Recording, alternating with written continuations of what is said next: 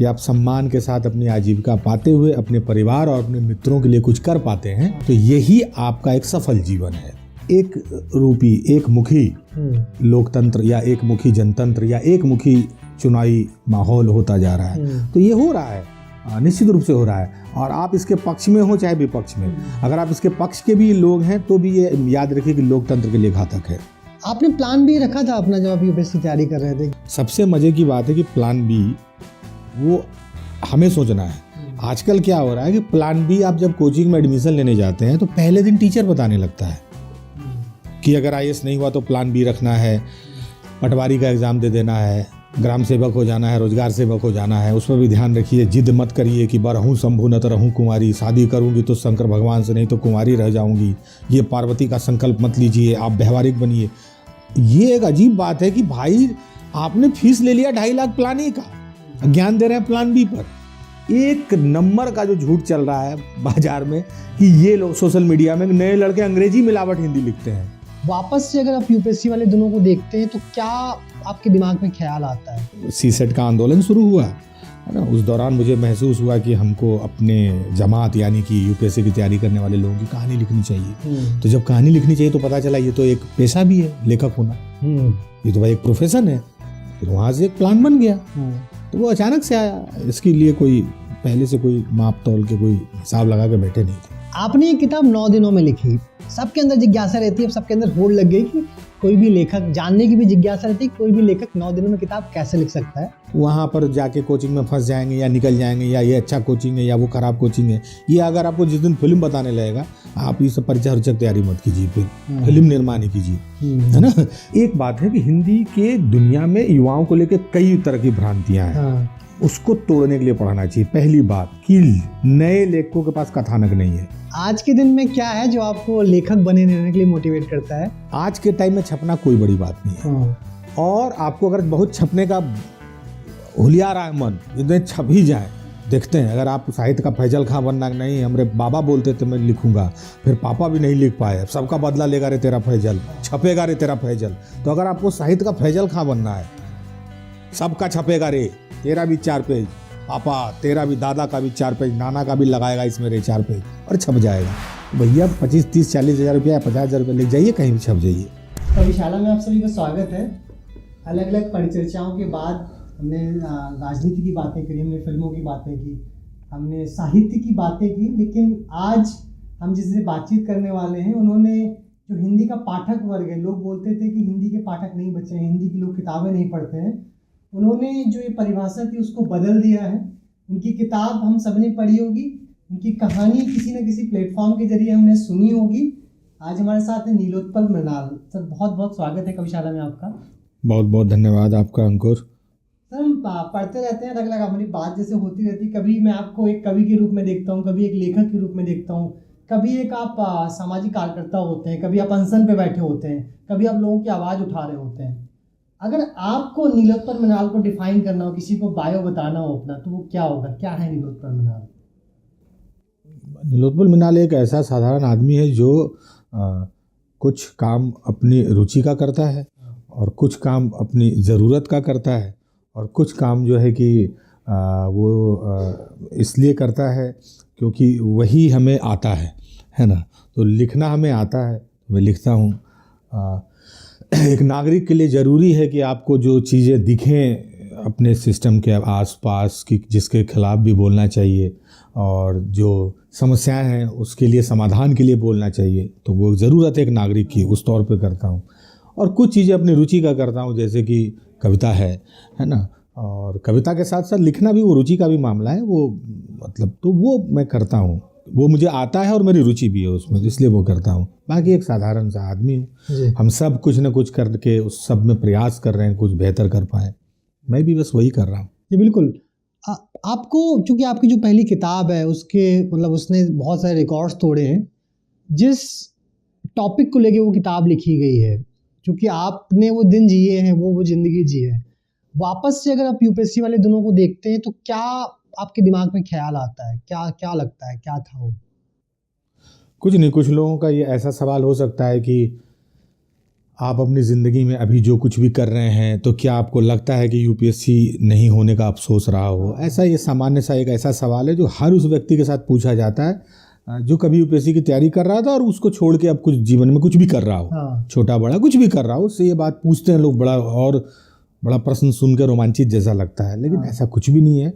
मैं उसी तरह से तैयारी करके वहाँ से निकल आया जैसे कोई आदमी 9वीं 10वीं से पढ़ते हुए निकल आता है या ग्रेजुएशन से पढ़ने के बाद कॉलेज से निकल आता है, वैसे हम लोग भी अपनी तैयारी करके वहाँ से निकल आए हैं। मुखर्जी नगर की जहाँ तक बात है कि मुखर्जी नगर कैसे बदला, ये आप एक सवाल पूछ सकते हैं। तो वो इस तरह से ज़रूर बदला है कि हिंदी माध्यम अब मुखर्जी नगर से परिणाम जो है वो नहीं दे पा रहा है। मुखर्जी नगर जो परिणाम पहले देता था, पहले हम प्रीलिम्स के रिजल्ट के आसपास जब खड़े हों बत्रा पे तो पता चले कि भाई मिठाइयों की दुकान पर हुजूम लगा है क्योंकि लड़के पीटी कर रहे हैं, लड़कियां पीटी कर रही हैं। मेंस के रिजल्ट आने के बाद जो है कि जिसने साल भर से चीनी नहीं खाया है वो उस दिन किलो भर मिठाई खा लेगा क्योंकि रिजल्ट आ रहा है। फाइनल सिलेक्शन है, पता आपको चल रहा है, आप चाय पी रहे हैं, बगल में आपका ऊपर वाले फ्लोर का लड़का IAS हो गया, ये होता था। और यही माहौल आपको मोटिवेट करता था, इसलिए हम मुखर्जी नगर तैयारी करने आते थे। इसलिए नहीं करने आते थे कि मुखर्जी नगर का वास्तु शास्त्र जो है वो यूपीएससी की परीक्षा के लिए बड़ा ही एकदम जो कि हिसाब से सही बैठता है कि अगर आप मुखर्जी नगर ऐसे अक्ष पर ऐसे केंद्र में है जहाँ पर आप पढ़ेंगे तो चारों दिशाओं से आशीर्वाद बरसेगा और आप IAS हो जाएंगे, ऐसा नहीं है। मुखर्जी नगर में ये माहौल मिल जाता था, आज के दिन में वो माहौल वहाँ नहीं है, वो बंजर जगह है रिजल्ट के हिसाब से। अच्छा, चूँकि एक अच्छा अनुभव हो गया है आपको, आज के दिन यूपीएससी में आपने यूपीएससी की तैयारी की, उसके बाद आपने किताब लिखी, इतने अनुभव के बाद में अगर सफलता और असफलता की आपको परिभाषा डिफाइन करनी हो अपनी अपनी प्रैक्टिकल लाइफ के हिसाब से, है ना, क्या होगी वो? सम्मान के साथ 4 रोटी, बढ़िया 3 सब्जी, 1 दाल अलग से, घी लगा लीजिए रोटी में, इज्जत के साथ 3 टाइम मिल जाए, अच्छा कपड़ा पहनिए और समाज में आपको प्रतिष्ठा मिले, थोड़ी बहुत आपको पहचान मिले, आपके माता पिता आपसे खुश हों, आप अपने दोस्त, अपने माता पिता, अपने घर वालों के लिए थोड़ा बहुत जो भी आपसे हो सके वो कर पाएँ, यही आपकी सफलता है आपके जीवन का।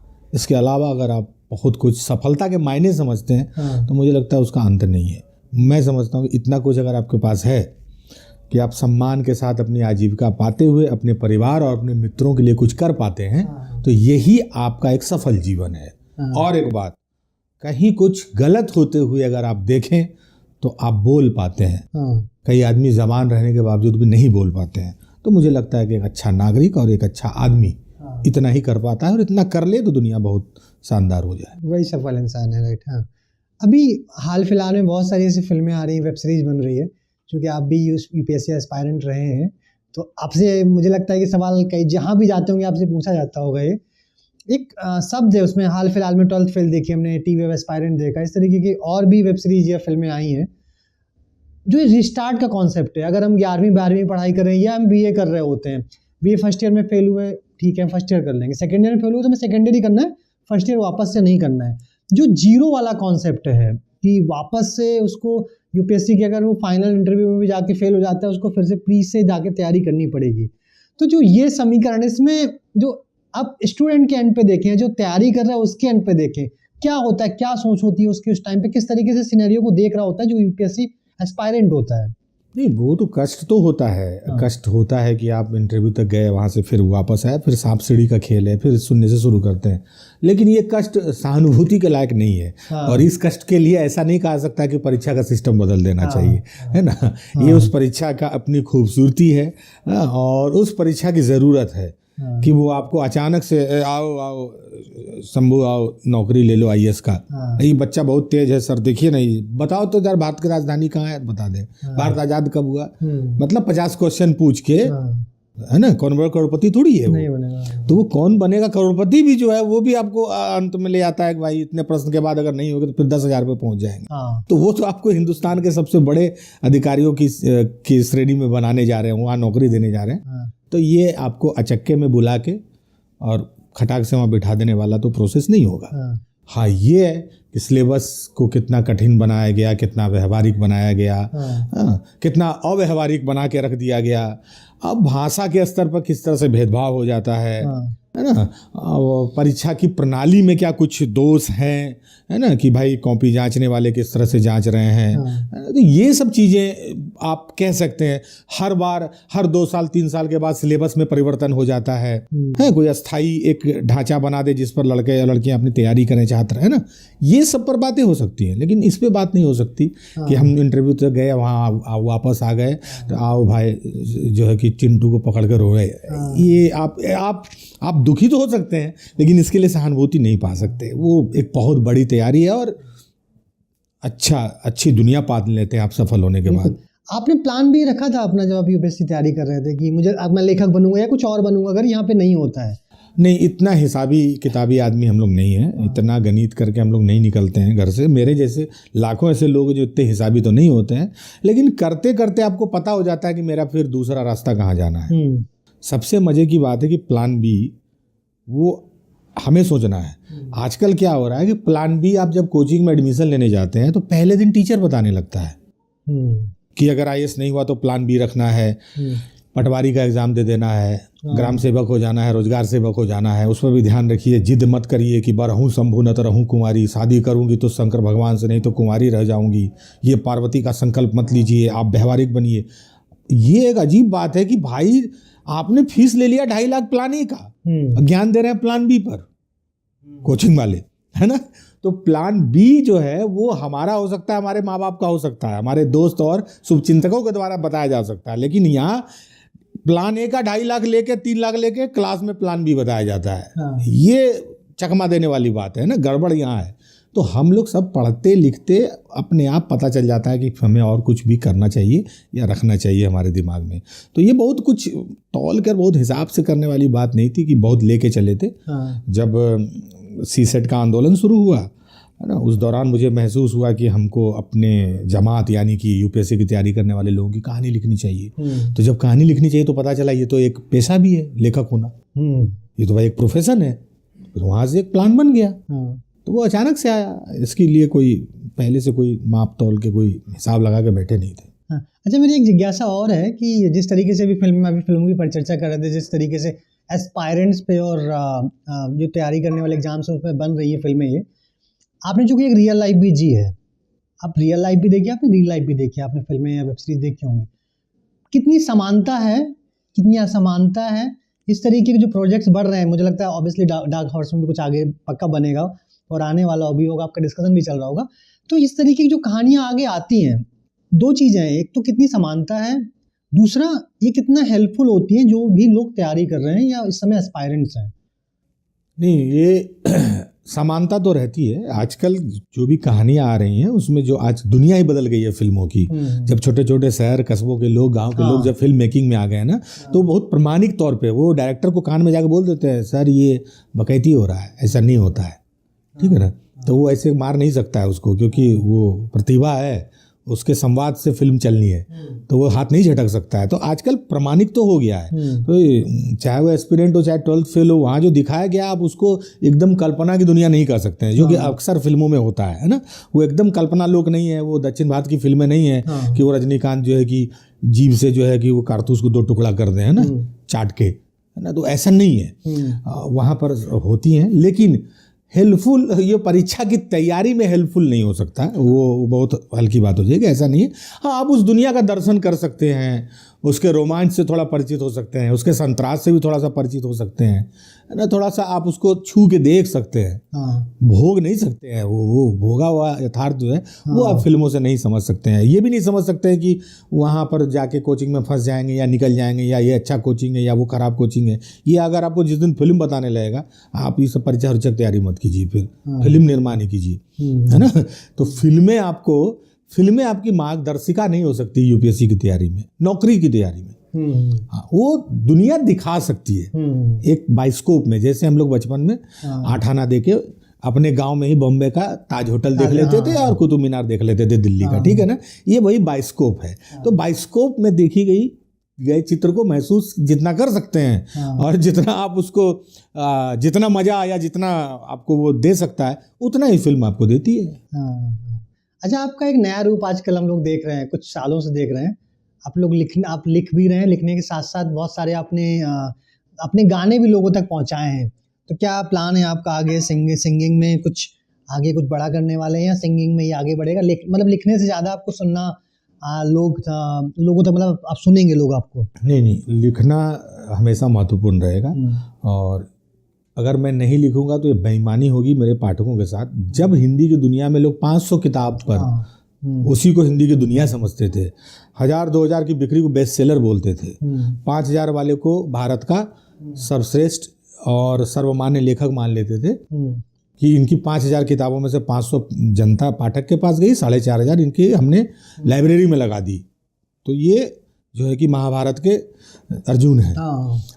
उस हिंदी की दुनिया में हम लोग को लाखों पाठक मिले हैं। ये पाठकों का उपकार है कि वो हमें पढ़ते हैं। इसलिए उपकार है कि वो कम से कम ये पूर्वाग्रह नहीं रखते हैं कि ये लोग क्या लिखेंगे या नए लोग क्या लिखेंगे।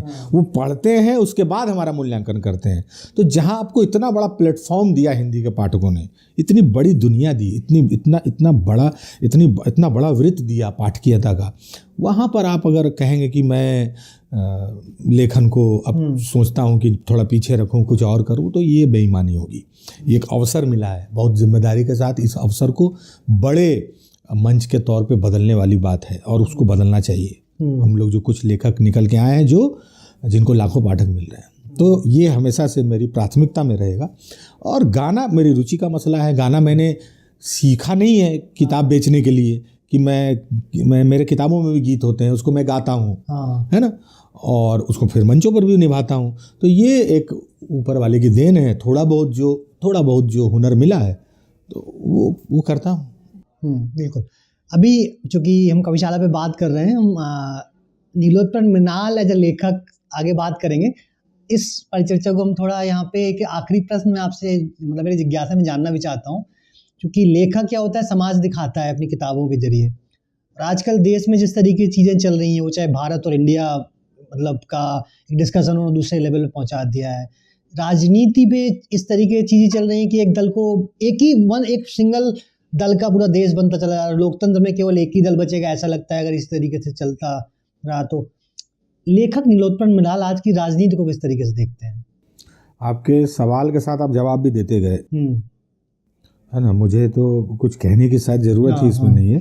आपने जो सवाल पूछा और दोनों का जवाब आपने खुद दे दिया कि किस तरह से एक बंजर बहस को हम मुख्य धारा का मुद्दा बना देते हैं और किस तरह से एक रूपी, एक मुखी लोकतंत्र या एक मुखी जनतंत्र या एक मुखी चुनावी माहौल होता जा रहा है। तो ये हो रहा है, निश्चित रूप से हो रहा है। और आप इसके पक्ष में हो चाहे विपक्ष में, अगर आप इसके पक्ष के भी लोग हैं तो भी ये याद रखिए कि लोकतंत्र के लिए घातक है। जब पंडित जवाहरलाल नेहरू जब लोकसभा में खड़ा होते थे और अगर उनके सामने कोई लोहिया या उनके सामने कोई अटल बिहारी वाजपेयी अगर नहीं होते तो भारत का लोकतंत्र तो तभी खंडित हो जाता है ना। तो आज भी जो शक्तियां सामने खड़ी हैं, अगर उसके सामने कोई विपक्ष नहीं खड़ा होगा मजबूती से, फिर से कोई लोहिया नहीं खड़ा होगा, फिर से कोई वाजपेयी अगर नहीं आएंगे, है ना, तो आप ये उम्मीद मत रखिए कि हम एक दीर्घजीवी लोकतंत्र की ओर जा रहे हैं। वो कभी भी कोई भी बड़ी दुर्घटना घटित हो सकती है, निश्चित रूप से। बिल्कुल। अच्छा, चूँकि आज के लेखक दो चीज़ें बेसिकली कि पढ़ने से ज़्यादा ना लिखने की तरफ ज़्यादा इंटरेस्ट भाग रहे हैं, जो भी आज का एक बृहद जो संख्या है, बड़ी संख्या है कि 99% लोगों का उद्देश्य ये है कि हम लिख दें, पहले पढ़ें बाद में लिखना ज़्यादा क्वांटिटी में लिखना। अब क्या क्वालिटी है पढ़ने की या क्वांटिटी क्या आपके पढ़ने की, वो नहीं है, बड़ी नहीं है। आपने ये किताब 9 दिनों में लिखी, सबके अंदर जिज्ञासा रहती है, सबके अंदर होड़ लग गई कि कोई भी लेखक, जानने की भी जिज्ञासा रहती है कोई भी लेखक 9 दिनों में किताब कैसे लिख सकता है। उस पर अगर आप कुछ नज़र डाल पाएँ। नहीं, इसको पूरे वो में देखें हम कि पहली किताब 9 दिनों में लिख दी, दूसरी 4 साल में लिखी। कहने का मतलब ये है कि जो पहले किताब थी उसका जो जीवन था वो मेरा जीवन था, वर्तमान का भोगा गया जीवन, जो मेरे मन मस्तिष्क में रोज चल रहा था। एक आंदोलन हुआ, उस आंदोलन में मैं भूख हड़ताल पे बैठा और उसके बाद वो चीज़ें जमा होने लगी।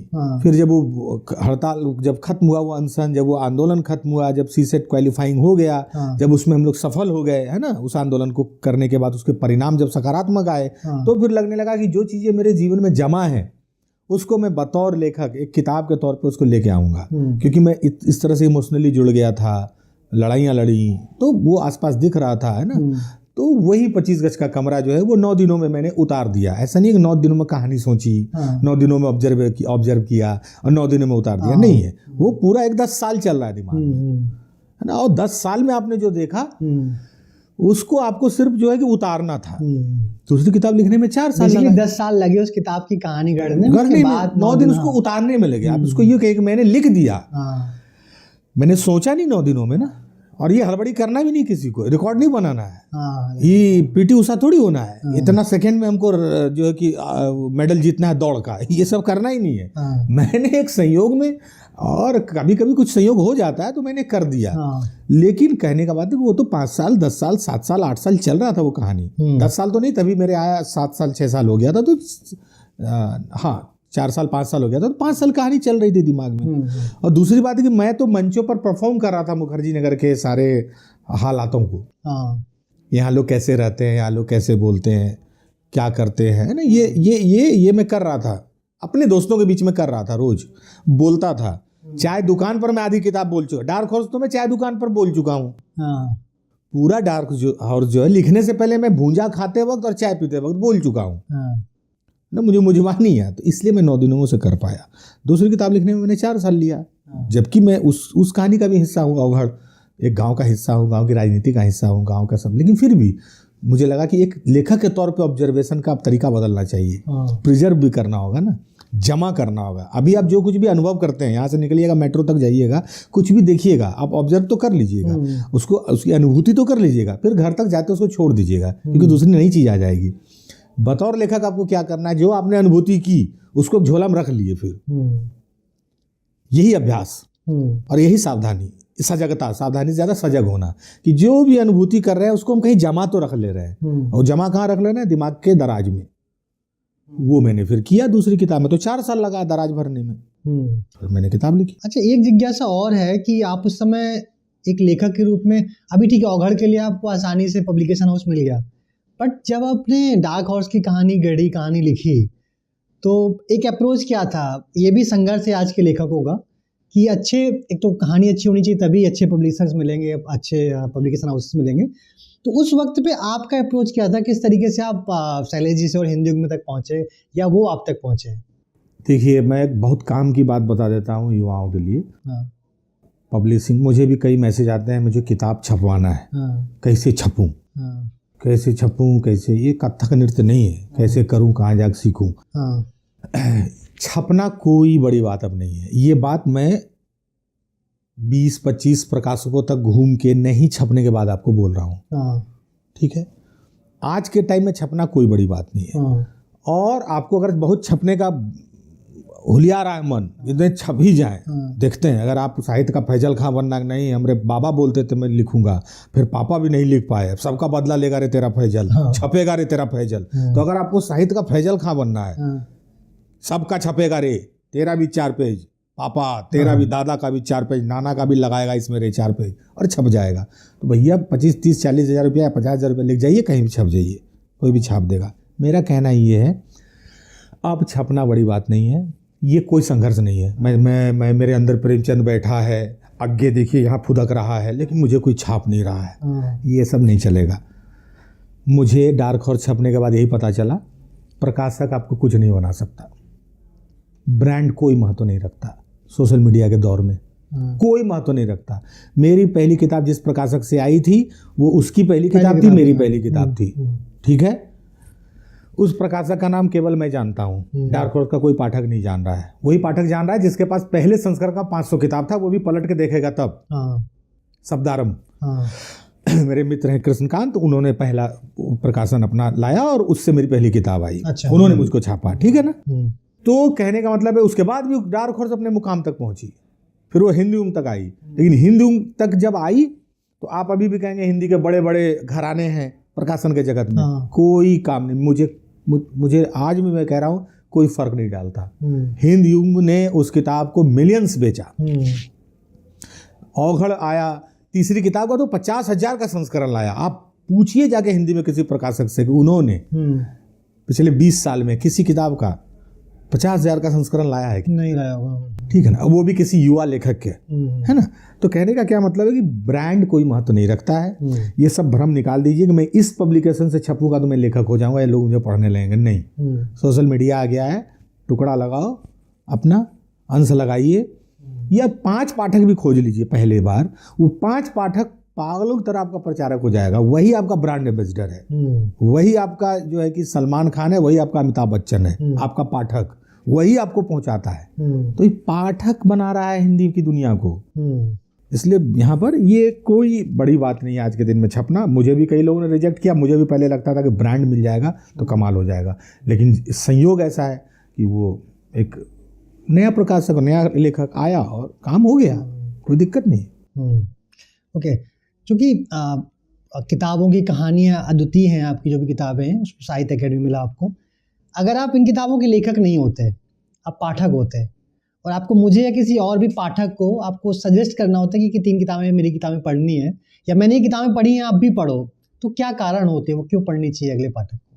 पहले तो अगर मुझे ये कहना होता कि मैंने 3 किताब लिखी हैं, तो मुझे अगर ये कहना होता कि इस किताबों को पढ़ो, तो मैं 2 किताब के बारे में सजेशन देता कि आप अवघड़ और यार जादूगर पढ़ लो। डार्क हॉर्स के बारे में नहीं कहता, क्योंकि डार्क हॉर्स के बारे में कोई भी कह देगा पढ़ लो, मज़ा आ रहा है, ठीक है ना। तो ये तो पहले कि मैं अपनी ही किताब में आपको बोलता कि अवघड़ पढ़ लो, वो पढ़ने के बाद फिर पूछता कि इसकी और कोई किताब है क्या, तो मैं बोलता है ये किताब उससे थोड़ी पतली है यार जादूगर, वो थोड़ा पढ़ लो, बस ये मेरा। दूसरा, वो इसलिए भी पढ़ना चाहिए। एक बात है कि हिंदी के दुनिया में युवाओं को लेकर कई तरह की भ्रांतियां हैं, उसको तोड़ने के लिए पढ़ना चाहिए। पहली बात कि नए लेखकों के पास कथानक नहीं है, नए लेखक कॉलेज पे लिख रहे हैं, नए लेखक जो है कि केवल प्रेम पर लिख रहे हैं। ये भ्रामक दुष्प्रचार तोड़ने के लिए मेरी किताब आपको मैं कहता कि अवघड़ पढ़ो और यार जादूगर पढ़ो। दूसरी बात, लेखक पढ़ के नहीं लिखता है, पढ़ता नहीं है, जो आपने अभी शुरू में कहा ना, वो हड़बड़ी में लिखता है। इसके लिए मैं कहता कि आप जाके यार जादूगर पढ़ो, वहाँ लेखक जो कह रहा है गांव की भाषा में, है ना, वो निहिलिज्म पर बोल रहा है, वहाँ पे वो गीता बोल रहा है, उपनिषद पे बोल रहा है, लेकिन वो बोल को ना फुलेसर पासवान के नहीं लगा के बात कर रहा है, ठीक है ना। वो आत्मा पे, मृत्यु पे बात कर रहा है। ये वही युवा जो जींस पहना है पेपे का आपके साथ का ही, ठीक है ना। और वहाँ वो खैनी रटा के गांव के पात्र उस पर बात कर रहे हैं बहुत सरल तरीके से, ठीक है ना। यानी दार्शनिकता की गांठ को खोल के उसको साहित्य बना के फिर उपन्यास में डाला गया है, वो सब संवाद वहाँ निकल के आ रहे हैं, ठीक है। जहाँ पर भाई फुलेसर पासवान को पता चलता है, वो क्या बोलते हैं यार जादूगर में कि ये हम रोज बेटा मांगने आते हैं भगवान से, पता चल रहा है कि वो जादूगर है, वो मरा हुआ आदमी को जिंदा कर देता है, तो यहाँ काहे माथा पटक रहे हैं, उसी के पास डायरेक्ट काहे नहीं चल जाते हैं। तो वहाँ लेखक लिखता है कि ईश्वर दूसरी बार मरा, पहली बार नित्से के पास मरा था जब उसने कहा कि ईश्वर मर चुका है। फुलेसर पासवान ने दूसरी बार घोषणा की कि ईश्वर मर चुका है, ये कह रहा है पत्थर मूर्ति सब काहे मांगेंगे। और फिर वहाँ कितना बड़ा नास्तिकता उसके अंदर आ गई कोई, और अंत में जाते जाते तक फुलेसर पासवान भी मानता है कि कुछ है प्रकृति में ताकत, भाग्य भी कोई चीज़ है, ईश्वर है। यानी कि आस्तिकता नास्तिकता के बीच का द्वंद्व आप उस पर लिख रहे हैं। इसके लिए भी आपको पढ़ना चाहिए कि भाई पढ़ के भी कोई लिखता है। दूसरी बात है कथानक के लिए पढ़ाना चाहिए। तीसरी जो सबसे जरूरी बात है भाषा के लिए, आंख मूंद के जो लड़का बेचारा जीन्स पहना है, टी शर्ट पहन के हिंदी में लेखन कर रहा है, मतलब मनहूस जैसा नहीं लग रहा है, अभी 10-20 बाल बचे हुए हैं, मोटा चश्मा अभी नहीं पहना है, झुक के भी नहीं चल रहा है, पुरस्कार समारोह में नारियल पकड़ के ऐसे हाथ जिसका नहीं हिल रहा है, गर्मी में जून जुलाई में जिसने सम्मान स्वरूप चादर ओढ़ के जुलपुत्ती नहीं उठ गया देह में, वैसे लोग माना जाता है ये लोग क्या लिख रहे हैं, इन लोगों के पास भाषा नहीं अच्छी है ना। जो गेंदा का माला नहीं लाद लिया है सम्मान समारोह में, उसको माना जाता है कि इसके पास भाषा नहीं है। भाषा के लिए पढ़ना चाहिए।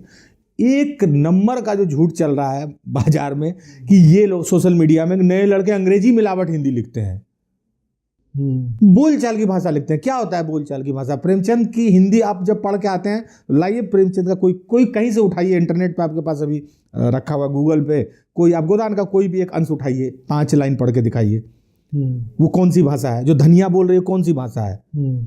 जो गोबर बोल रहा है कौन सी भाषा है? जो होरी बोल रहा है कौन सी भाषा है? और जब प्रेमचंद बोलते हैं अपनी बात, वो किस भाषा में बोल रहे हैं? ये सब जो एक तरह का परपंच रचा गया है नए लिखने वालों के खिलाफ, उसको तोड़ने के लिए भी पढ़ना चाहिए। जब आप अवघड़ पूरा पढ़ जाएंगे और आपको लगेगा कि यही भाषा तो थी यार, कहाँ कौन सा अंग्रेजी ना हिंदी है ये, कहाँ है यार जादूगर में अंग्रेजी था हिंदी? यहाँ तक कि डार्क हॉर्स में भी नहीं है। इसलिए नहीं है भाई, अब वो यूपीएससी की तैयारी करने जो लड़का आया है, वो पात्र अगर कोई बात बोल रहा है तो उसके मुंह से अंग्रेजी तो निकलेगा कि नहीं? वो यूपीएससी से करवाने आए हैं हम। संस्कृत विश्वविद्यालय में आचार्य का वो लेने आता तो वो संस्कृत में बोलता है। अगर वो बनारस का विद्यार्थी काशी विद्यापीठ का होता तो उससे मैं संस्कृत भी बोलवाता उसी से। यही बात है, इन सब कारणों से पढ़ाना चाहिए। ये एक और चीज जरूरी है कि आज के दिन में क्या है जो आपको लेखक बने रहने के लिए मोटिवेट करता है? क्योंकि मुझे लगता है ना कि जो लेखक की उसमें लिस्ट में टू डू में होती हैं कि उनको साहित्य अकेडमी मिलना चाहिए, उनकी इतनी कॉपियाँ बिकनी चाहिए, वो सब मुझे लगा टिक हो चुके हैं आपके। अब क्या मोटिवेशन रहता है आपके लिए कि आपको लिखना है, लिखना जारी रखना है? अच्छा, मुझे एक जी आपको जी इतना पाठक, मैं जैसे देखता हूँ हिंदी में 10 लाख पाठक कहाँ हैं, तो मैं देखता हूँ अरे यार तो मुझे मिल गए, मुझे लिखना होगा। इससे बड़ा कोई मोटिवेशन ही नहीं, इससे बड़ा कोई मोटिवेशन नहीं है। और कितना महत्वपूर्ण बात है और कितनी बड़ी बात है। लेकिन आप अभी किसी भी लिटरेचर फेस्टिवल में आप चल जाइए, वहाँ पर आपको हिंदी का कौन सा लेखक बैठ के 10 लाख पाठक की बात कर रहा है? भाई नहीं कर रहा है। और एक आदमी बोलता है कि हम लोग कोशिश कर रहे हैं, दूसरा बगल में रो रहा है, हिंदी में पठनीयता नहीं है। अब बीच में मॉडरेटर दोनों को माइक दे देता है, इधर से रोलवाता है, इधर से गुदगुदवाता है, और सही बात नहीं पहुंच पा रही है। तो कहाँ से नया आदमी लिखने के लिए प्रेरित होगा? मेरा मोटिवेशन जो है यही है भाई, लाखों पाठक हैं, लाखों पाठक हैं हिंदी में। इंटरनेट ने किताब की पहुंच को जब सुलभ किया गांव देहात में, तो किताब बिकने लगा भाई। इंटरनेट ने, किंडल की औकात नहीं है कि वो पन्नों का संहार कर देगा और किताब जो है कि चलन से बाहर हो जाएगा, नहीं होगा। इंटरनेट आने के कारण किताब की बिक्री बढ़ी। कारण क्या है? आपने कुछ इंटरनेट पर पढ़ लिया, किताब का कोई अंश पढ़ लिया, या टेलीग्राम पर जो आ रहा है, जो क्या बोलते हैं, जो किताबें आ रही हैं, है ना, जो पायरेटेड जो कॉपी आ रही है, वो भी पढ़ लिया। आपको अगर किताब अच्छा लग गया, कहीं वो किताब दिखेगा आप उठा लेके खरीद लोगे, पुस्तक मेला से खरीद लोगे, कहीं भी आप खरीद लोगे। मेरी तो किताब का पायरेटेड कॉपी मिल रहा है किताब का, मैं इससे परेशान हूँ, है ना। तो ठीक है, पाठक तक पहुँच रहा है। तो मैं कहने का मतलब है कि यही सबसे बड़ा मोटिवेशन है कि भाई वो पीढ़ी जिसके लेखकों को लाखों पाठक मिले, अब उसको लिखने के लिए और क्या चाहिए? लाखों पाठक का एक और मतलब होता है रॉयल्टी भी। बिल्कुल। अगर आप बोलें कि नहीं आपकी बात तो थोड़ी आदर्शवादी है नीलोत्पल भाई, तो मैं आपको इसका व्यवहारिक पक्ष भी बताता हूँ। लाखों पाठक का मतलब रॉयल्टी होता है। बिल्कुल बिल्कुल। तो आपको रोटी खाने लायक तो हौसला दे देता है पाठक ही, कोई दिक्कत है नहीं। और जो है जूता मोजा पहन के अंडी बंडी चश्मा लगाने का जो है वो कवि सम्मेलन दे देगा।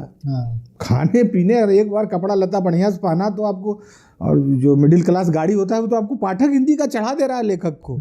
इससे ज़्यादा कुछ अगर मन में आए हुए तो फिर कवि सम्मेलन कर देगा, कविता कर देती है। कहने का मतलब है हिंदी के लिए दुनिया, हमारी पीढ़ी के लिए हमारे सुनने वालों ने और हमारे पढ़ने वाले पाठकों ने बहुत हौसला दिया है, बहुत भरोसा दिया है।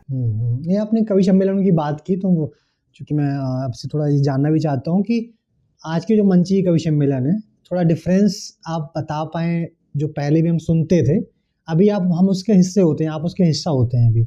एक चीज़ तो इसमें, दूसरा आज के जो लिटरेचर फेस्टिवल्स चल रहे हैं, किस तरीके से देखते हैं आप? साहित्य को आगे बढ़ाने में जो एक डेफिनेशन होता है कि हम साहित्य का निर्माण करने में या साहित्य को उसका संवर्धन करने में हम काम कर रहे हैं, साहित्य को सजे हुए रखने में हम काम कर रहे हैं, है ना। जो एक मेला है, एक्चुअली आप नेगेटिव या पॉजिटिव दोनों एस्पेक्ट हो सकते हैं। जिस तरीके से हम देखते हैं कि मेला लगा हुआ है, कि हम नवंबर दिसंबर में ही बात करें तो मुझे लगता है कि दिल्ली एनसीआर में 1000 से ज़्यादा फेस्टिवल्स हुए होंगे, लिटरेचर फेस्टिवल्स। तो कितना एक साहित्य का संवर्धन करने में, आगे पहुँचाने में, या साहित्यकारों को आगे पहुँचाने में सहायक होते हैं? देखिए, जब मैं कहता हूँ कि युवा पढ़ रहे हैं तो उसमें मैं अक्सर देखता हूँ कि मुझे कई, मतलब ये 30-40% ऐसे लोग मिलते हैं, 50 भी कह दीजिए, आधा आधी, जो कहते हैं मैंने आपकी किताब पढ़ी, ये मेरी पहली हिंदी किताब थी। तो ये एक बहुत महत्वपूर्ण बात है। मैंने दिव्य प्रकाश दुबे की एक मसाला चाय पढ़ी, या मैंने वो क्या कहते हैं कि आशीष चौधरी की कुल्फी कैपेचिनो पढ़ ली। अगर वो ये कहता है कि वो मेरी पहली किताब है, तब मैं कैपेचिनो पढ़ के तब मैं आपके पास आया, है ना। मैं मुसाफिर कैफे पढ़ा, तब मैं नीलोत्पल जी मैंने डार्क हॉर्स पढ़ा। वो कहता है वो पहली किताब। तो इसका मतलब वो कहाँ से तक पहुँचा? तो मेरा कहना ये है कि लिटरेचर फेस्टिवल हो या इंटरनेट की दुनिया पर ये जो साहित्य की जो चीज़ें चल रही है, ये कोई पीछे नहीं ले जा रही है, इसका कोई नुकसान नहीं है। आप इसका अधिक से अधिक लाभ कैसे लें, इस पर विचार भले कर सकते हैं कि वो ज़्यादा से ज़्यादा फलदायी कैसे हो, इस पर आप बात कर सकते हैं, वो कितना ज़्यादा सार्थक हो। लेकिन ये होना बहुत आवश्यक है, और इसके होने से माहौल बदला है। वो लड़के जो सिनेमा हॉल की तरफ जा रहे हैं, वो देखते हैं कि बड़ा उलक्का फुलक्का लगा है ना, कुछ अजीब तरह का आदमी झूल रहा है जिसका कार्टून बना है, जिसको पहचान नहीं रहा, बाद में पता चलता है कि अच्छा ये प्रेमचंद थे। वहाँ पहुँचता है, लोगों से मिलता है, तो वो किताब उठा लेता है भाई, पढ़ने लगता है। किसी को सुन के पढ़ना लगता है कि ये आदमी ठीक बोल रहा है, इसने कविता अच्छा सुना दिया, चलो इसका एक किताब भी है क्या, वही खुदा ही बोलता है हम किताब भी लिखते हैं, क्या उठा लो देख लो। तो 200-250-300 रुपया का जुआ नहीं है उसके लिए, वो ठीक है, तो वो पढ़ता है। कहने का मतलब है कि लिटरेचर फेस्टिवल वगैरह ने साहित्य के लिए माहौल बनाया है। वो ज़्यादा से ज़्यादा कैसे फलदायी हो, ज़्यादा से ज़्यादा सार्थक कैसे हो, और उसका एक व्यावसायिक पक्ष भी बनना चाहिए कि अगर लाखों हजारों लिट फेस्ट हो रहे हैं जिसमें करोड़ों का व्यवसाय हो रहा है, लेकिन उससे लेखक बाहर है, मैं ये कह रहा हूँ। यहाँ पर थोड़ा अगर आप उसको प्रेरित कर सकते हैं, मतलब कि आपने एक लिट फेस्ट किया, उसमें आपने 30 लाख रुपए खर्च किए, हवाई जहाज वाले को पैसा दिया, कुर्सी वाले को पैसा दिया, टेंट वाले को पैसा दिया, माइक वाले को पैसा दिया, है ना, रसोइया को पैसा दिया जो खाना खिला रहा है, उधना फुदना लगाने वाले को दिया, मरकरी उरकरी बल्ब झूला वाले को दिया, सबको दिया। लेखक को बोला कि हे हुजूर दलित नारायण, आप सर आ जाते तो आपका जो है कि हम लोग आपको बुलाना चाहते थे और आपसे बड़ी बड़ी बातें करेंगे, पेट में आपका जब दर्द उठेगा तो फिर आपको कुछ खिलाए पिलाएंगे भी, और फिर आपको भेज देंगे जहाँ से आप आए हैं एकदम वहीं भेज देंगे, बीच में कुछ नहीं, कहीं स्टॉपेज नहीं। तो ये जो लिटरेचर फेस्टिवल का मॉडल है, ये बदलना चाहिए। जहाँ तक कि मुझे पता है कि अंग्रेजी के लोग हिंदी के भी लिट फेस्ट में आते हैं, तो वो भाई उनका एक व्यावसायिक पक्ष होता है। चुटकुला सुनाने अगर मुंबई से कोई आ जाता है तो वो अलग से पैसा लेता है, ठीक है ना। कोई लिट फेस्ट में अगर मान लीजिए नर्तक आ गया तो वो पैसा लेता है, कोई गायक आ गया तो वो लेता है। बेचारा लेखक खाली कोना कोना घूमता है जिसके नाम पर वो फेस्टिवल हो रहा है, तो लिटरेचर फेस्टिवल जिसके नाम पे आप वो कर रहे हैं, उसको आप क्या देते हैं, ये एक पक्ष हो सकता है।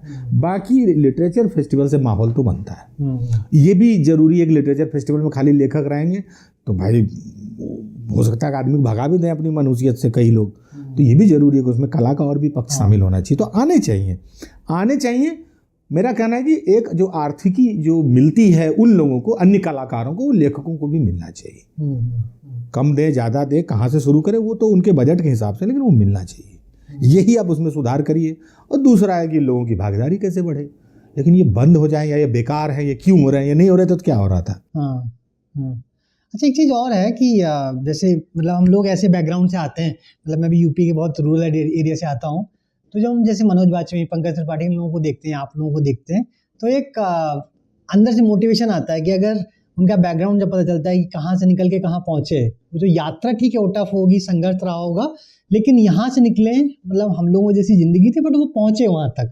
आप सबसे मिलते हैं, आपके क्या अनुभव रहा है? अगर पंकज त्रिपाठी से मिलने की बात करें तो किस तरीके के इंसान है, क्या है पर्सनल लाइफ में? सबसे अच्छी बात है कि एक स्टार से मिलिए और आपको इंसान लगे। तो पंकज भैया जो है, मेरे मुँह से अभी भी त्रिपाठी नहीं निकल रहा है, पंकज भैया निकल रहा है, यही उस व्यक्ति की ताकत है। ये कि इतना सहज और इतने संभाव के साथ, इतने भावना के साथ किसी से मिलना या किसी से बात करना कि वो आपको अपना लगने लगे, है ना। तो ये लोग उस मिट्टी से बने हुए लोग हैं जिसमें सीमेंट का अंश नहीं है, तो कहीं से भी कठोर नहीं है। मिट्टी आकार लेती है, आप मिट्टी को भी जब पका दें तो वो चट्टान से मुकाबला कर सकता है, आप उसको तोड़ नहीं सकते। तो मिट्टी की बनावट में भी तो मजबूती आ सकती है, इसके लिए पत्थर होना क्या जरूरी है ना। एक मुलायम तत्व जो है वो बन के चट्टान जब हो सकता है तो हम पत्थर क्यों हो। तो पंकज भैया जैसे लोग मिट्टी के वो बने हुए चमकते हुए सितारे हैं, जिनको छूने के बाद हम महसूस करते हैं कि ये शीतल छाव है, यहाँ आप ये सीख सकते हैं एक अभिभावक के तौर पे। और उनकी यात्रा से तो आप निश्चित रूप से प्रेरित होते ही हैं कि कहाँ से चल के कहाँ तक कोई पहुँच सकता है। तो वो लोग इस तरह से प्रेरित करते हैं। डार्क हॉर्स में कुछ विजुअल्स में कुछ देखने को मिलेगा आगे? देखते हैं, खबरें सुनते रहते हैं। हाँ, खबरें चलती रहती हैं, सुनते रहते हैं, लेकिन अभी पता नहीं, तय नहीं है। मैं फिल्म निर्माण को लेके बहुत ज़्यादा खुद को उत्साहित नहीं देखता हूँ, और मुझे लगता है कि हिंदी के लेखक को इस मामले में ज़्यादा उत्साह दिखाना भी नहीं चाहिए। बहुत बड़ा और बहुत जिम्मेदारी का काम है उपन्यास लिखना या कहानी लिखना। फिल्म बन जाने पर आपको, मुझे नहीं लगता है कि किसी किताब पर फिल्म बन जाने के कारण उस लेखक को आज तक याद रखा गया है। आप मुझसे पूछेंगे प्रेमचंद की किस किताब पर फिल्म बना, मैं नहीं बता पाऊंगा। आप मुझसे पूछेंगे कि रेणु की किस कहानी पर फिल्म बना, मैं शायद नहीं बता पाऊंगा। मैं क्या, बहुत लोग नहीं, लेकिन आप पूछेंगे कि गोदान क्या है, आप पूछेंगे कि कफन क्या है, पूछेंगे कि गबन क्या है, या छोटी कहानी ही पूछेंगे पूस की रात, या आप पूछ देंगे कि नमक का दरोगा, या आप रेणु का महिला आंचल पूछेंगे तो उनकी पहचान है। तो कहने का मतलब है कि अगर आप लेखक हैं हिंदी के, तो ये बहुत ज़्यादा ये उत्साह वाली चीज़ नहीं है, क्योंकि दुनिया बदली है। इंटरनेट के रथ पर हम सब सवार हैं, 5G के रथ पर सवार है ना, तो चीज़ें वहाँ तक भी पहुँचेंगी, मुंबई तक भी पहुँचेंगी, तो कुछ बन ही जाएगा। जिनका बन गया वो भी बतौर लेखक ही जाने जा रहे हैं। उनको वो इतना तो नहीं उछल के गए कि आसमान में स्थापित हो गए, और नहीं जिनका बना वो नीचे पाताल में भी नहीं गए। कहने का मतलब है लिखना बहुत गंभीरता का काम है, खास करके हिंदी में लेखन, उपन्यास, कहानी, उसको बड़ी गंभीरता से करने की ज़रूरत है। आप जब लिख लें तो बनी हुई चीज़ों पर, लिखी हुई चीज़ों पर अगर कोई कुछ बनाता है तो ठीक है, लेकिन इसको लेके बहुत ज़्यादा सोचने वाली बात नहीं है। एक समय लगता था 3-4 साल पहले कि ये गजब हो जाएगा, जिस दिन ऐसा होगा। अब हम लोग देख रहे हैं कि ऐसा कुछ गजब नहीं हुआ। चीज़ें आई 10 दिन में उतर जा रही हैं ना, और वो हम लोग 2 से 3 सेकंड राइटर का नाम ब्लिंक करता है। अगर आप उसको रोक के नहीं देखा तो घर वालों को बता भी नहीं पाएगा कि मेरा कहानी है। ऐसे करके दावे रखना पड़ता है, रिमोटा कहना पड़ता है जरा सा मंटू खींचना, फोटो भेजेंगे चाचा को कि इसके राइटर हम ही हैं। ये क्या करना है यार, पूरी किताब दो, दुनिया याद रख रही है कि ये इसका लिखा गया किताब है। कितना ब्लिंक करेगा, भक्त से पकड़ के उतना फोटो खिंचवाएं, तो यही बात है। तो वो 1 सेकंड का ब्लिंक में फोटो कैप्चर करना और एक किताब के तौर पे मेज पर सदियों रखा जाना, टिका रहना, तो काम तो टिकाऊ ही है।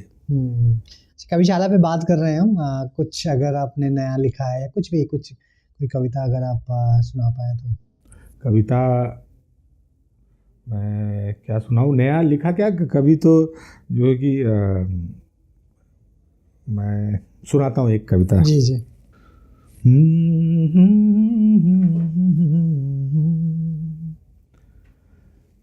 अब माहौल फागुन चढ़ेगा, है ना, बसंत आएगा, तो आप जब झारखंड, खास करके छत्तीसगढ़ झारखंड के जंगलों में जाएंगे, पलाश के जंगल होते हैं खिले हुए, तो पत्ते झड़ चुके होते हैं, तो एक अजब तरह का चिड़चिड़ाहट होता है, लेकिन उसमें ना बहुत निराशा नहीं देता है। थोड़ा चिड़चिड़ापन होता है, थोड़ा सा लगता है कि सब कुछ सूख गया है, थोड़ी सी उबासी होती है, लेकिन उस उबासी में भी एक उम्मीद होती है ना, और वो आपको, तो वहाँ से गीत निकल के आता है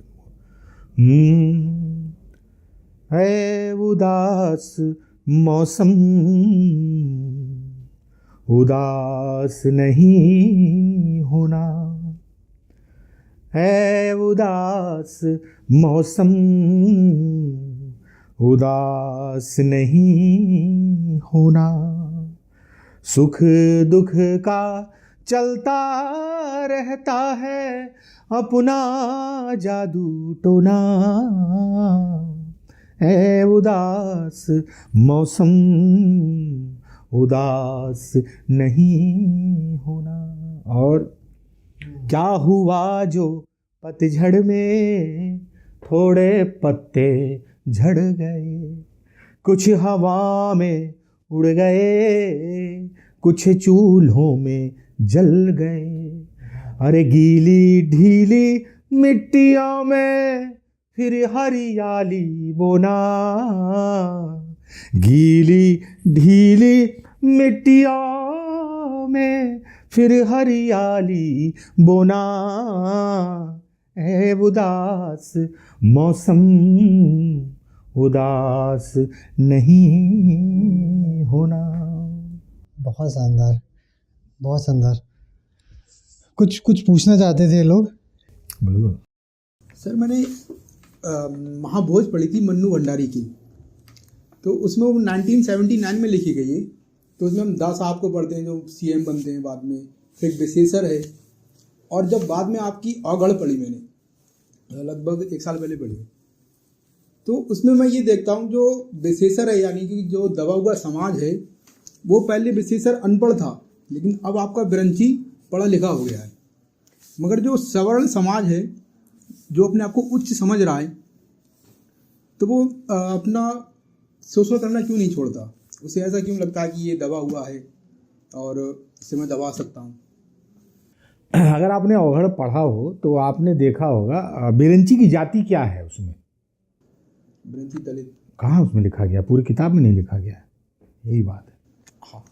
परसेप्शन, धारणा आधारित निष्कर्ष, इसको तोड़ा है मैंने उस किताब में। कहीं पूरे किताब में ये संकेत नहीं है कि वो दलित है। उसके साथ जो हो रहा है वो आपको लग रहा है कि कमज़ोर है, इसलिए इसकी जाति डिसाइड कर दो। अभी अगर मैं कह दूं कि पंडित जी है तो सब गड़बड़ हो जाएगा। आपको पता है मेरे साथ आधे पाठक मुझसे डी अटैच्ड हो जाएंगे, अरे यार ये अपनी जाति का नहीं निकला गुरु, किसके पक्ष में हम चले गए। हम तो इसके मौत पर झूठ मूठ का आंसू बहाए। इसीलिए मैंने उसका मोर्चा खुला छोड़ दिया, उस कैनवस को जाति का, क्योंकि हमारा समाज ऐसे ढांचे में बना है दोस्त, वो चाहे सवर्ण हो चाहे किसी भी जाति का हो, वो इस फ्रेम से बाहर नहीं सोचता है। देखिए आपने बिरंची की जाति सोची, बिरंची की नियति के बारे में नहीं सोचा, है ना। तो पहली बात है कि बिरंची के हमने उसमें जाति इसलिए लिखी नहीं। दूसरा बात कि शोषण जो है अब वो समर्ण की बपौती नहीं रही। वो कब थी बताता हूँ कब थी। वो तब थी जब हजारों साल पहले एक क्षत्रिय राजा था और उसके बगल में कमंडल लेके कोई पंडित जी मंत्री थे। ये झूठ नहीं चलेगा कि समाज में अब वही शोषण कर रहा है जो केवल जाति से सवर्ण हो। जिसके पास सत्ता हो वो शोषण करेगा, ठीक है। और सत्ता में हर कोई अपनी भागीदारी निभा रहा है, आप देखते होंगे। एक सच ये, आप अभी यूट्यूब खोलिए, उसमें डालिए, मैं देखता हूँ लोग एक दूसरे को जाति को गाली दे के गाना बना रहे हैं। एक कहता है कि पांडे की बेटी हो, वो कहता अहिरन के बेटी हो, एक कहता मैं पांडे जी का लड़का हूँ तुमको ऐसे कर दूंगा, तो कहता मैं अहिरान का लड़का हूँ तुमको ऐसे कर लूँगा। वो कोई भूमियार को ले गाना बना रहा है, कोई कुर्मी को ले गाना। इसका क्या मतलब है? जिसको जहाँ मौका मिल रहा है वो अपनी ताकत दिखा रहा है। दूसरी बात, उस किताब में दिखाया गया अवगढ़ का अगर मैं संदर्भ ले लूँ तो उसमें एक दलित पात्र है जिसका जाति बताया गया पवित्र दास। उससे एक यादव भी उसी तरह से परहेज करता है जैसे एक पंडित का लड़का कर रहा है। एक तेली भी ठीक उसी तरह से परहेज कर रहा है जिस तरह से एक पंडित और ठाकुर कर रहा है। और एक मुसलमान भी उसी तरह से परहेज कर रहा है जिस तरह से एक पंडित कर रहा है। आप बताइए, छुआछूत केवल सवर्ण के दिमाग में कहाँ है? समाज में हर आदमी के दिमाग में चल रहा है। यहाँ तक कि दलितों में भी आप जाके पूछेंगे तो कहेगा कि हम नदी का उस पार वाले दलित से ब्याह नहीं करते हैं, वो लोग हमसे छोटे हैं, ये वाले हमारे वाले हैं, हम ये बड़े हैं। तो ये जो सोच है ये घर कर चुका है ऊपर से नीचे तक। हम रोज प्लास्टर करते हैं खाली ऊपर तक, ठीक है, रोज ये मसाला लगाओ फिर गिर रहा है। सवर्णवादी सोच भाई साहब नीचे से लेके ऊपर तक घून लगा हुआ है। तो अगर आप जैसे युवा, हम जैसे लिखने वालों की उस कहानी को भी पढ़ के उसका पड़ताल भी ठीक से अगर नहीं करेंगे, काम तो उस पर बाद में, तो फिर असफल हो जाएगा हम लोग का लिखना। तो ये है कि अब जो ये शोषण का मसला है, अभी सरकार बिहार में बदल गई। बिहार में सत्ता में कौन है? मुख्यमंत्री नीतीश कुमार। हटा कौन? नीतीश कुमार। नहीं, और हटा कौन? तेजस्वी यादव, है ना। डिप्टी सीएम कौन बने? सम्राट चौधरी। तीनों की जाति क्या है? एक कुर्मी, एक कोयरी, एक यादव। सत्ता में, सत्ता जाएगा या आएगा, कौन किससे छीना, कौन किसको पटका, ये बंटवारा किस में होगा? उन्हीं में होगा। अब ये वो पंडित जी बीच में कोई प्रवक्ता होगा जो टीवी में हल्का बल्ला बोलेगा, कुछ मुंह से निकल जाएगा, फिर सब बोलेगा कि सोच सामंती सवर्ण की। नहीं, ये सवर्णवादी, अगर आप उसको सोच को नाम दे दीजिए सवर्णवादी, ये हाँ ठीक है, लेकिन ये सोच कहाँ कहाँ तक है? नीचे से लेके ऊपर तक लगा हुआ है। यानी सत्ता ही शोषक है, ताकत शोषण करता है।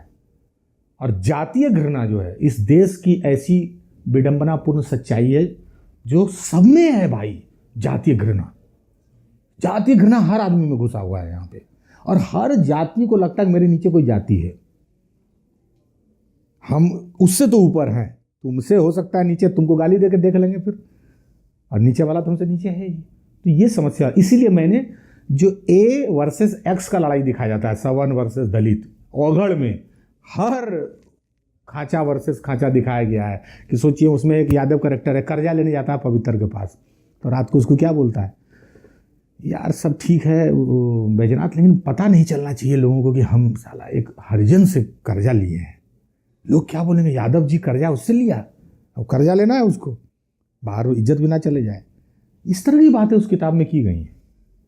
पंडित जी को या ठाकुरन को गरियाने के लिए ये सोच के कि जातिवाद करता है तो कभी भी आप गाली दे सकते हैं। लेखक का काम नया पड़ताल भी करना है। हाँ, है ना, लेखक का काम नया पड़ताल भी करना है। एकदम से वो कमरा खोल के आपको दिखा देते हैं कि ये भी गंदा है, इसको साफ कर लो, जिसको आप पुश्तैनी मकान समझ के इसमें सोना रखा है, बंद किए हुए हैं, यहाँ तो कोई दिक्कत ही नहीं है। ये भी बात है। सर दलित का जो आज के वक्त में जो मीनिंग है, जैसे कि आपने अपनी किताब में मेरा स्वरूप में लिखा है, तो दलित वो जो नीचे है, किसी दब गया, जो दब गया, और सवर्ण वो जो उठ गया, जो अपने आप यही आप निष्कर्ष पर पहुंच गए। हाँ, तो अब जो है वो स्वरूप बदल चुका है, लेकिन सवर्ण जो उड़ गया है वो क्यों नहीं छोड़ रहा आपसे दलित को शोषित करना? ताकत अगर आप किसी भी जाति का आदमी के पास है तो शोषण कर रहा है। यही तो मैं कह रहा हूं, सत्ता और ताकत शोषणवादी है, ताकत ही शोषणवादी है। आप किसी समझ रहे हैं ना, जिसके पास ताकत है, आप ही कह रहे वो उठ गया, तो जो उठ गया है वो कर रहा है। लेकिन बात ये भी है कि इसको एकदम से रिजिड होकर ये सोचना कि यही हो रहा है, फिर दिक्कत है। रवीश कुमार की जाति आप जान रहे हैं? रवीश कुमार की नहीं जानता। जानिए, आप कैसे नहीं जानिएगा, हर कोई जानता है कि वो ब्राह्मण है। हाँ, तो आप बताइए, रवीश कुमार इस देश में दलितों की आवाज़, उनको मानते हैं दलित कि वो मेरी आवाज़ है? हाँ, वो बोलते हैं ना कि भाई दवा कुचला को हमने, वो उसकी आवाज़ है। इसके लिए रवीश ट्रोल होते हैं ना अपनी जाति के लोगों से, सवर्ण उसको गाली देते हैं कई जगह। तो रवीश कुमार भी इसी समाज का तो हिस्सा है ना, जो आपकी बात उठा रहे हैं। अभिसार शर्मा उठा रहा है, शर्मा ब्राह्मण है, बोलता है ना।